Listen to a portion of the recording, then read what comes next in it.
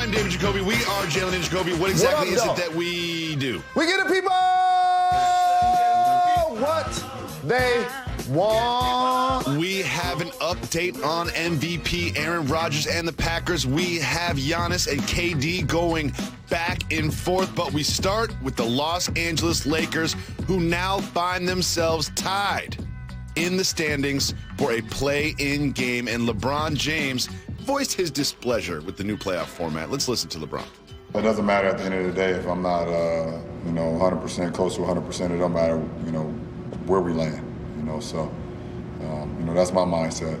And, if this happens to, we end up at 6th or 5th or whatever the case may be, or if we end up in the, the playoff, whatever that thing is, whoever came up with that need to be fired. But whatever. He said whoever came up with that needs to be fired, Jalen. And they lost to the Raptors, putting them in danger of a play-in game. What do you think about LeBron's sentiment? You know how much I love LeBron James, my fellow more than a vote contribution brother. But I vehemently disagree with him on this one. Mm-hmm. And by the way, not only is this idea so genius, I'm enthusiastic that the league decided to keep it going forward. You know why? We wouldn't be talking about the Washington Wizards otherwise. No. We wouldn't possibly get Steph and Dame and/or Ja Morant in a play-in. How about that?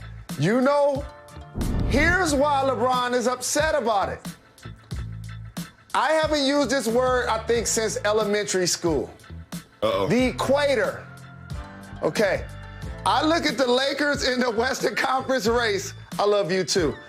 When they go below the 6th seed, to me, that's a line of demarcation that tells me they won't win the championship this year. Ooh. Let me repeat what I just said. If the Lakers are a part of the play-in, they will not win the championship this year. And it ain't because they're not the best team. I've been the person saying nobody can test the Lakers and even take them to 7 games. That's me. That's who. However, LeBron knows what I know. That's going to make the journey so much tougher that I don't believe that they're going to be able to achieve their goal if they are part of the play-in. What do you think? Well, if you look at the playoff matchups, you have Denver, even without Jamal Murray, they're playing great. And then you also have the Clippers. If you're the 6-3 could be Lakers-Clippers in the first rounds, and then you're going up against maybe the Suns and then the Jazz. It's going to be a tough road for whoever ends up in that 6, 7, 8 spot in the West, which is why it's so important that they end up as the number 5 seed, which right now is occupied by the Dallas Mavericks. And LeBron, all the number 6s are going to be upset with the play-in. All the number 10s are going to love the play-in. It's that simple. If you're number 6, you're mad at it. If you're number 10, you're happy with it. But this is intriguing. I love the play-in format. Look at all these teams that we will see play playoff basketball, even if it is just one game. And I mentioned the Dallas Mavericks, and of course, the Dallas Mavericks will go as far as Luka Doncic takes them. And Luka Doncic had himself an interesting weekend, had a 30-point 20-assist triple-double, and then they lost to the Kings, and he got kicked out of the game for arguing with the refs, something that he's been criticized for. Do you think Luka Doncic complains too much while he's playing? This is something that's being overblown as it relates to this player, and I'm here to defend him, Jacoby. Okay. You got league pass just like I do. How many years have you been watching the NBA? Like your whole life? Yes, since I was like 2. So now we're going to act like Luka's the first player to complain all of the time to the refs? Is that, hold on, is that what I'm really hearing? No one else complains. Only Luka Doncic. He's the only player. Everybody else just raises their hands when they foul. When y'all get a chance, look at the history of human beings that have played in the NBA that have gotten technical fouls. There are people that have made the league institute a rule like this so that if Luka gets another technical, he'll be suspended. So I do not think he complains or in his feelings too much. Here's what it is. Let me teach y'all something. Teach. When you look at the Dallas Mavs, ask yourself, other than KP, who's their second, third, fourth best player? Hardaway Jr. And I want you to answer that a little bit later. Hardaway The Jr. reason why that's so important is because Luka is the sole superstar in today's game that has to try to fight and win every possession, because if they don't, his team will not win. The other night, he had 30 plus. He had 20 dimes.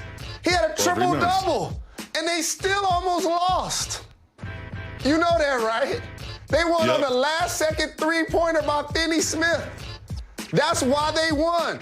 He has to compete against the best of the best, and he got to win every possession, because the margin of error for him as a superstar is very small compared to the other ones. When you get a chance, look at LeBron's roster. Look at Kawhi's roster.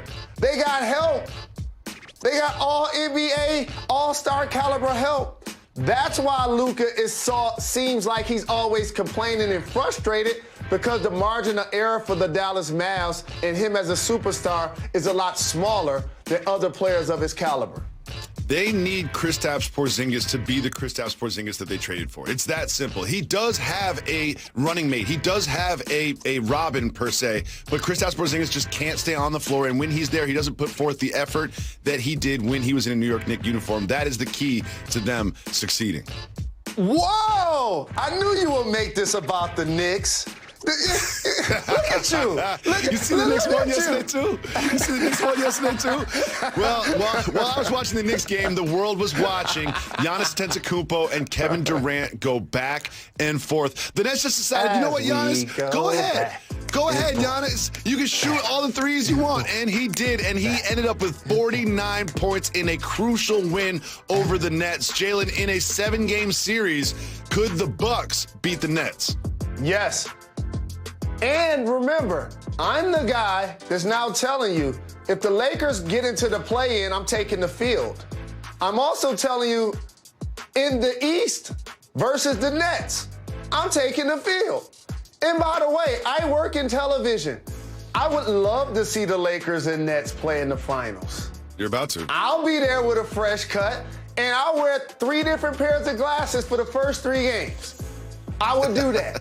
But I'm taking the field. And here's why. You see Giannis yesterday? He wasn't settling. He wasn't settling. And when you look at the body types of Giannis and DeAndre Jordan, you would think that Giannis probably shouldn't be able to bully him, post him up, and jump hook right in his face or dunk on him, right? Well, that's not true. Look at that. DeAndre Look at nothing. that. That's not true. Okay. And, so you want this face-up game? You want that face-up action? Oh, I got you. You see him do the bank shot? Oh, now you leaving me open for a reason? Wide open. Bang, bang, single street. Look at this bully ball. Giannis was not settling, Jacoby. I keep telling you, I love the talented Nets. I'm no fool. Like, Kyrie Irving is a wizard out there with the rock. KD was out there, iceberg, slim, shooting trays from the suburbs. He had an easy 40, easy money sniper 40. Like, look at this work, dog.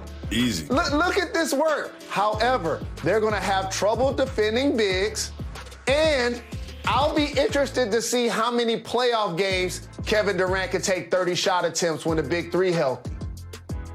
We'll see. They got to figure that part out also. I'm taking the Nets over the Bucks in a 7-game series, even without James Harden. You know it. You know in a 7-game series, you can scheme against Giannis. It's happened before. You will see these Nets beat the Bucks. And one thing that's happening that people aren't talking about is Ben Simmons with that tip-in to beat the Spurs. That put them in the number 1 seed, a half game ahead of the Nets. And if you get that number 1 seed, you avoid the Bucks in the second round. That is why the top of the standings in the East are so important. So we're trying to avoid the Bucks now. Got it. Yeah. Got it. Yeah. Well, listen, it's all about avoiding the Knicks, really. You know what I mean? Everyone's just trying to jockey to avoid the Knicks. That's really how this is going in the Eastern Conference, because the Knicks are absolutely unstoppable. Julius Randle for governor. We have to turn our attention back to the NFL, because The drama just keeps coming. Now the Packers GM has come out and said, we are not trading Aaron Rodgers. Don't call my phone. Don't talk to me about it. I know Aaron wants to go, but we're going to work this out. Do you think Aaron Rodgers starts for the Green Bay Packers week 1 of this season? Yes. Oh. And here's why. The Green Bay Packers are going to get out that checkbook. Because if they don't, the answer would have been no. This has become such a disaster for them the last 2 years. And by the way, there's something to be said for talent betting on themselves. Right? You know how this works, Jacoby. Y'all want to draft Love? Okay, cool. I'm going to be a professional. I'm going to show up every day, and I'm going to do damage. And all he did last year was win MVP. Most valuable player. Most valuable player. Right, maybe you want to pay the most valuable player. Just seems simple. Like maybe you should pay him because he's so valuable. You know, it's simple as that. And so now that he showed up and did what he was supposed to do, and by the way, 4th and 8, he wanted the ball. He wanted the ball. Y'all took it out of his hands. So now in the offseason, when y'all don't pay me and I'm looking around, and I might could get to San Fran on draft day, I'm gonna hit up Shefty. Y'all want to play these? Y'all want to play these games? Let's play these games. So that's what it's gonna take to get it done. Get out the checkbook and take care of Aaron Rodgers, the MVP of the NFL. Most problems in life you can just solve with money. That's what they need to do. You can just solve most problems in life you can just throw money at. Problems. That's what you need to do. That's what you need to do with Aaron Rodgers. And some tells me he will get on a plane and fly to Wisconsin and play week 1 for the Packers. But who knows? The NFL is always bringing the drama. Jalen Rose, we mentioned him earlier. Expand their ranks. They have created a competition for the stars of the NBA. Curry, bang! Only one will stand side by side with the Avengers. When I say attack the rim, that's what I mean. When Marvel and ESPN team up for Warriors, Pelicans, in Marvel's Arena of Heroes. Coming to you live from the Seaport District of Manhattan and brought to you by Chase. Welcome back to Jalen and Jacoby. It is time for the segment where you decide what we discuss. It is Keep It Moving. Wu-Tang! Wu-Tang! If you want to discuss the topic, say hit the brakes. If not, me and Method Man keep it moving. And we start with the New York Knickerbockers, who got another win against the Rockets yesterday. Jalen, I'm just worried about the second round of the playoffs now. You know what? That's where I'm at now. It wasn't, can we get in the play-in tournament? Now it's who we're going to play in the second round. That's where my head's at right now. I don't even know why you wasting your breath asking my opinion when you really don't care.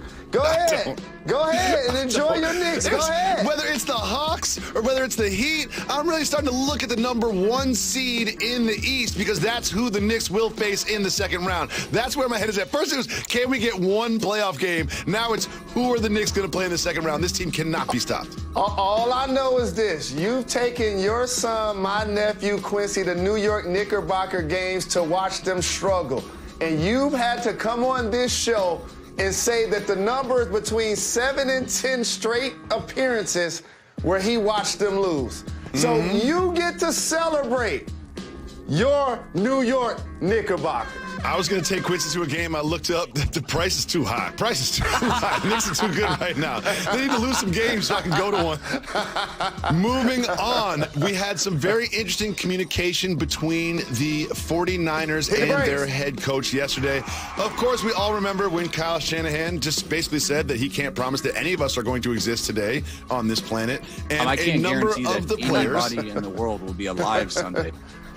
He can't guarantee that we'll be alive, but a number of the players texted him, called him to let them know that they are alive. What do you think about this? I think that's a boss move, number 1. Number 2, I taught myself that you can say mean things to people with a smile on your face. Just like you taught me that you can be mean if it's funny. Yep. This is funny. This is funny. He's never going to live this one down. Kyle, let me see Kyle again. Give me Kyle again, Tommy.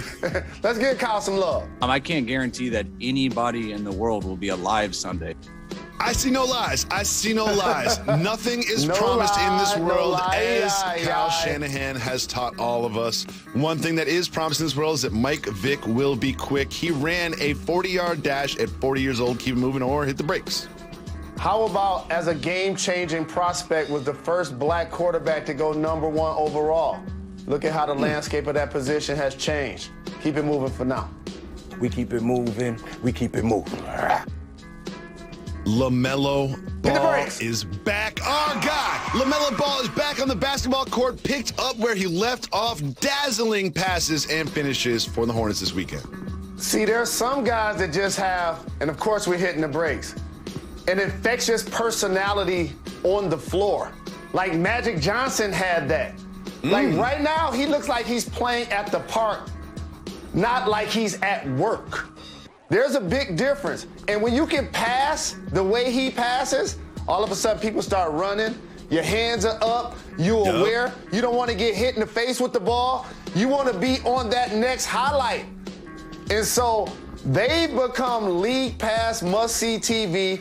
They will be in the playoffs, and I will be at their game tomorrow at Detroit, and I'm going to do something blasphemous, Jacoby. What are you going to do? I'm going to do something blasphemous. What are you going to do? I'm going to root for the Pistons. You're going to root against LaMelo Ball? No, you're not. I'm going to root for the Pistons. You might clap for the Pistons and yell for the Pistons, but I know on the inside you want to see LaMelo Ball do things like he's doing right here on this screen. That is why you are going to the game. Moving on, the Oklahoma City Thunder, a professional basketball team, lost by 57 points in a game against the Pacers this weekend. What is happening? I don't want to belabor the point because they do have a lot of picks, and hopefully they hit on those picks and they become relevant again. But for this season, they've become the best farm system the NBA has. Just think about this. I'm not even talking about former MVPs like KD, James Harden, and Russell Westbrook is about to break a triple-double record. Y'all know that, right? I'm talking about guys like CP3, who was there last year, and now look at Phoenix. I'm talking about Paul George. And who did they just lose to? Sabonis. You know he was on their team, right? And so, like, they are now the best farm system in the NBA. So if you want to watch good Oklahoma City Thunder basketball, watch everybody else in the league.